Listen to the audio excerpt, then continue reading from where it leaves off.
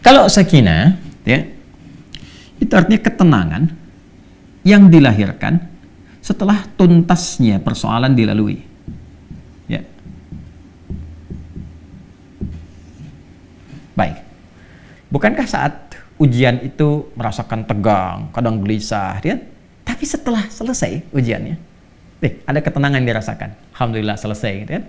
Itu ketenangan yang dihasilkan setelah melalui satu persoalan. Itu disebut dengan sakinah namanya. Jelas? Baik. Saya lukiskan lagi. Orang Arab mengatakan begini. Sakanatus syajaratu idza dhahabatir rih. Atau sakanatus safinatu idza dhahabatil amwaj. Ranting pohon itu menjadi tenang ketika angin yang menerpanya itu telah pergi. Atau mereka mengatakan kapal itu menjadi tenang ketika ombak yang menerpanya itu telah pergi. Dan airnya kembali tentram, tenang. Nah, ketenangan yang telah melalui perombang-ambingan, diombang-ambingkan ombak, pohon diterpa, naik, turun, kiri, kanan begitu. Setelah kemudian dia tenang lagi, ya, apa yang terjadi? Nah, ketenangan itu yang disebut dengan sakinah. Dan biasanya kapal yang banyak diuji dengan gelombang, bahkan gelombang besar, dan dia melewati itu menjadikan kapalnya kualitasnya lebih kuat, ya, lebih mudah menghadapi persoalan-persoalan atau bahkan gelombang-gelombang kecil setelahnya. Semakin besar, yang kecil lewat. Ya, demikian pohon, semakin diterpa anginnya kencang, ya, dia goyang dan dia tertanam kuat, semakin kokoh akarnya. Jadi ketenangan itu bukan sekedar melahirkan ketenangan setelah gelombangnya lewat, tapi setelah itu melahirkan satu kemantapan yang dengan itu bisa mengatasi persoalan-persoalan kecil di kemudian hari atau siap untuk menghadapi tantangan lebih besar di kemudian yang lainnya. Maka itu disebut dengan sakinah. Ketika kehidupan di rumah tangga, ini yang akan saya sampaikan, disebut dengan sakinah, memberikan kesan kepada kita bahwa bukan berarti di rumah tangga itu akan hampa dari persoalan. Akan selalu ditemukan persoalan. Ini cara memahaminya. Jadi kalau tidak dipelajari dulu ini, nanti kaget. Bukan berarti nggak ada masalah. Rumah tangga itu pasti ada masalah. Ya, yang paling ideal kan rumah tangganya Rasulullah SAW. Tapi coba lihat, apakah dalam kehidupan rumah tangga Nabi tidak ada masalah? Jangan salah, banyak persoalan, ya kan? Tapi dengan persoalan itu turun panduan pada kita. Turun ayat, turun hadis, mengatasi ini bagaimana. Ya, kalau salah persoalan pemahaman bagaimana, salah komunikasi bagaimana, meluruskan yang ini bagaimana. Kalau ingin cari teman cerita ke siapa, kalau mengadu belum ketemu suami istri ke siapa mengadunya, ada semuanya. Gitu. Dan pahami ketika Allah menitipkan satu persoalan dalam kehidupan rumah tangga, pada hakikatnya bukan ingin menjadikan kehidupan rumah tangganya bermasalah, tapi Allah ingin memberikan satu ketenangan, kedamaian, ya, yang dihasilkan setelah tuntas persoalan yang dimaksudkan. Makanya kehidupan rumah tangga kan kalau sudah masalahnya tuntas lebih tenang dari sebelumnya kan, ya, dan dahsyatnya lebih mengerti tentang sifat-sifat pasangan atau dalam keluarga. Setelah itu punya ilmu yang baru, punya pengetahuan yang baru, masukan yang baru, ilmu yang baru untuk mengatasi tantangan berikutnya. Itu dahsyatnya. Tapi problemnya begini, bagaimana cara kita bisa mengatasi persoalan ini dengan mudah? Karena tidak sedikit masalah-masalah kecil di rumah tangga, ya kan, bisa menjadi besar dan menyebabkan persoalan serius ketika, maaf, seseorang tidak mengetahui cara menyelesaikannya. Yang ditampilkan kadang-kadang, ya, boleh jadi egonya. Yang ditampilkan kadang-kadang boleh jadi statusnya, bahkan juga hartanya, kedudukannya, dan sebagainya. Itu bukan solusi, teman-teman.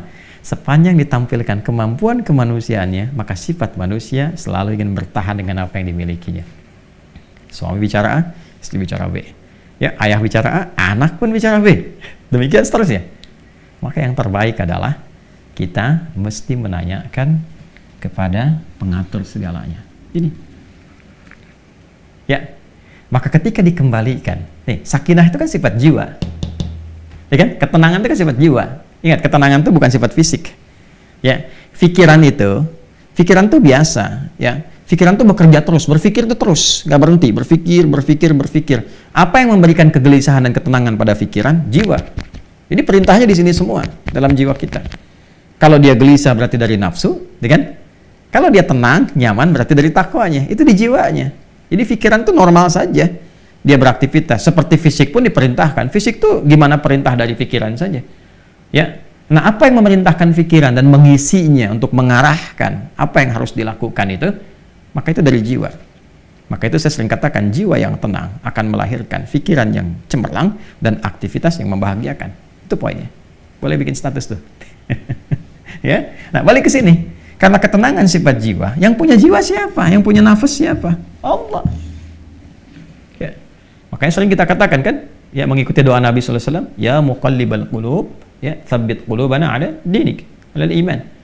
Wahai Allah yang mengetahui keadaan hati kami, gitu kan? Yang membolak-balikkan hati, yang memberikan kedamaian pada jiwa, berikan kami kemantapan dalam jiwa kami untuk menaati ketentuanmu, untuk beriman kepadamu, untuk konsisten pada dinmu. Ini poinnya. Nah, sekarang bagaimana caranya kita bisa belajar untuk menenangkan jiwa sebelum menghadapi persoalannya? Ini poin besarnya. Jadi ada orang-orang tertentu yang Allah berikan ketenangan paripurna dalam jiwanya, sehingga ketika dihadapkan pada masalah itu, dia bisa menyaring persoalannya, menjadikannya lebih kecil. Dan yang paling dahsyat, jadi ringan masalahnya sebelum dihadapi. Bukan nggak punya masalah. Boleh jadi masalah yang sama, bagi orang lain besar, bagi dia tinggal senyum selesai. Itu poinnya. Jadi bukan nggak punya masalah, masalah dia ada. Cuma dikecilkan oleh Allah kadarnya, sehingga dengan kelapangan hatinya, itu menjadi kecil. Jadi kalau Anda punya cawan, teman-teman, ya, cawannya besar, apa saja Anda bisa masukkan dan jadi kecil di situ. Tapi kalau cawannya kecil, ya, yang kecil pun jadi besar. Garam sedikit itu asin semua. Nah, ada orang-orang yang jiwanya dilapangkan oleh Allah sehingga ketika dia menghadapi satu persoalan, perbedaan dengan pasangannya misalnya, ya kan? Melihat keadaan anak dan sebagainya, dia bisa melihat dengan hikmah. Allah lapangkan keadaan hatinya. Kenapa begini? Dia nggak langsung simpulkan, langsung keluar ini itu, dilihat dulu, dia bersikap dulu. Nih, kelapangan jiwa ini mahal. Dan ini tidak mungkin bisa didapatkan kecuali lewat skema ibadah ke sini. Menghamba. Ya. Nah, semua kumpulan nilai-nilai ibadah kita dalam rangka mendekat kepada Allah, saya sering ingatkan, itu disebut dengan takwa namanya. Ya kan? Takwa itu kan gabungan antara iman dengan amal soleh. Ya kan? Iman itu kan pekerjaan hati dalam jiwa, amal soleh implementasinya. Digabungkan jadi takwa. Seseorang yang membangun kehidupan rumah tangganya dengan nilai-nilai ketakwaan. Ini. Dia bangun dengan takwa. Dia jaga sholatnya, diwasiatkan pada istrinya sekalipun keluar tetap jaga sholat, anak-anak pastikan sholat, hidupkan rumah dengan Al-Quran, dekati Allah Subhanahu Wa Taala, banyakin zikir, misal, itu akan beda suasana rumahnya. Demi Allah saya katakan, Anda kalau nggak percaya silahkan, ya, hidupkan rumah dengan suasana ibadah kepada Allah. Anda ada di dalam ataupun sedang di luar, hidupkan, maka akan ada suasana yang berbeda kepada jiwa. Allah akan jaga itu. Ya, ketika takwa meningkat, bahkan diringankan persoalan. Sebelum ada masalah, solusi datang. Sehingga masalah jadi ringan. Itu yang dimaksud Quran, surah ke-65, di akhir ayat kedua. At-Talaq, ayat kedua. At-Talaq itu kan satu masalah yang tinggi, ya, yang tidak mudah diatasi. Ya, bahkan dalam kondisi yang paling rumit pun, ketika Anda mendekat kepada Allah, Allah ringankan dan berikan solusi yang jernih. Berpikirnya jernih sekali. Tahu apa yang harus dilakukan. Ya kan? Maka apa yang terjadi? Wa may yattaqillaha yaj'al lahu makhraja. Siapapun yang mampu membangun ketakwaannya kepada Allah, dan dia naikkan lagi, ya kan? Maka apa yang terjadi? Yaj'al lahu makhraja. Allah berikan jalan keluar dari setiap persoalan yang ia alami. Apalagi kalau pasangan itu kompak. Ya kan? Ya, mungkin nggak bersama-sama dalam beberapa kesempatan, tapi memberikan wasiat, bangunkan istri, anak-anak, ingatkan sebelum pergi, kan? Dan sebagainya. Itu pasti tuh. Ya, dari sekian banyak persoalan, ketika ditumpahkan di atas sajadah, dia mengecil dan curhatnya kepada Allah. Innama ashku bathi wa huzni ila Allah. Demikian ya nasihat dari Nabi Ya'qub alaihissalam yang diabadikan Quran surat Yusuf itu kan. Kalau mau curhat, curhat ke Allah. Sampaikan. Dan akan cenderung bahagia.